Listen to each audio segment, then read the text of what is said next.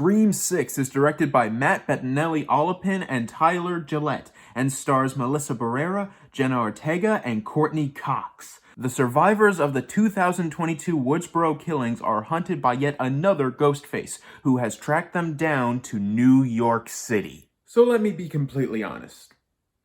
I'm not the biggest fan of the Scream franchise. Don't get me wrong, with the exception of, I think, the third movie, there is no one that I absolutely hate. I think the fourth movie is pretty fine, I guess, and the second and first movie, and even the newest one, well, not anymore the newest, the 2022 one, is actually pretty good. It's just that I could never connect to their meta nature, and I guess it was because I saw those movies after I saw movies like Deadpool and stuff like that. The movies that took so much from Scream's meta nature that after seeing all of those movies and then seeing the Scream franchise, all of that just sort of seemed second nature to me. But still, I don't hate Scream 1 or 2 or 2022, and after seeing this movie, I can honestly say this might actually be my favorite one. I know that might be a bit of a controversial opinion, but honestly, this was the most fun that I've had watching a Scream movie. I think the first thing to get out of the way is the acting. The entire cast in this movie have fantastic chemistry with each other.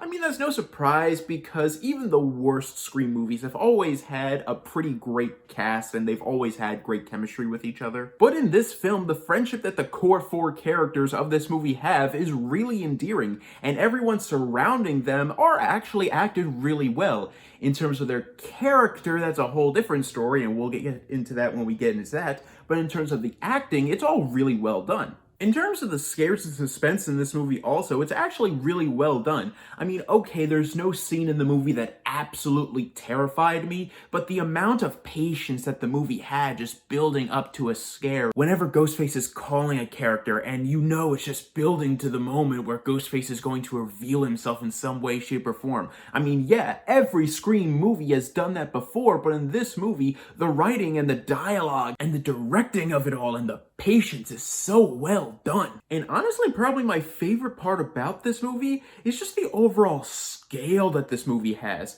I mean, this movie definitely has a bigger budget and bigger scale than the previous movie.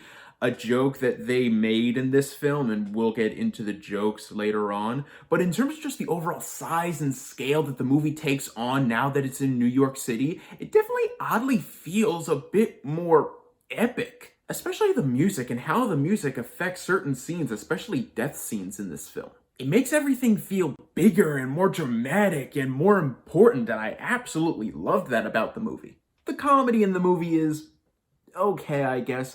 If you're a Scream fan, you'll absolutely love the comedy in this movie. If you're not really gonna get into it. For me, the comedy in the Scream films have always been very hit and miss, and this movie is no exception. There are some really good jokes in the movie, and to be fair, the bad jokes aren't really awful, they're just sort of meh. And that really does lead me into my big complaints with the movie.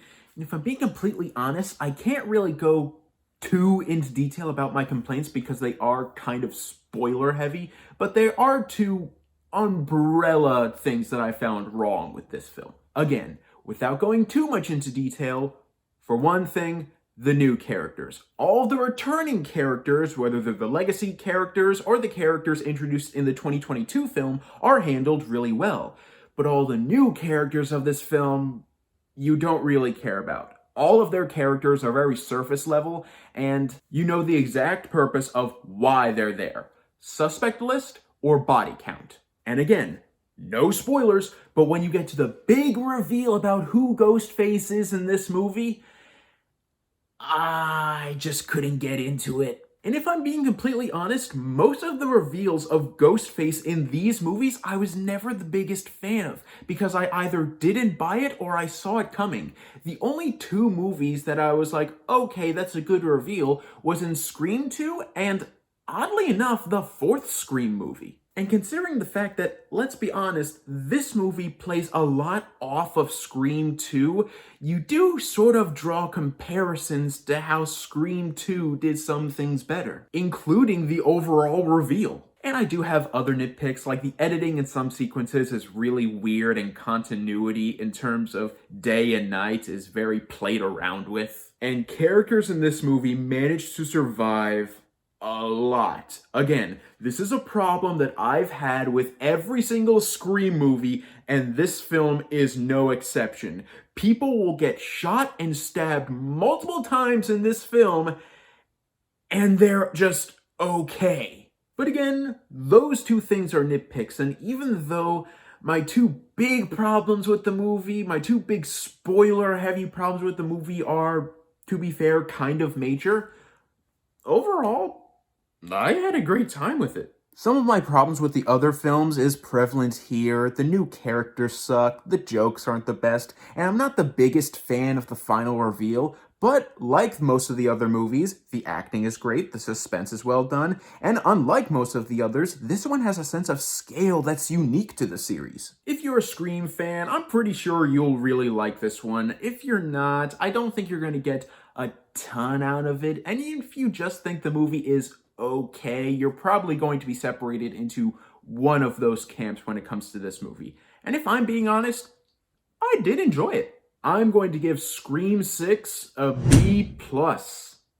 Well guys, thank you so much for watching, and let me know in the comments down below, what is your favorite Scream movie? Because, to be honest, this one might just be my favorite. It's definitely the one that I enjoyed most, and honestly, I do think just changing the setting to New York City just sort of enhanced the creepiness and overall imagination of the series.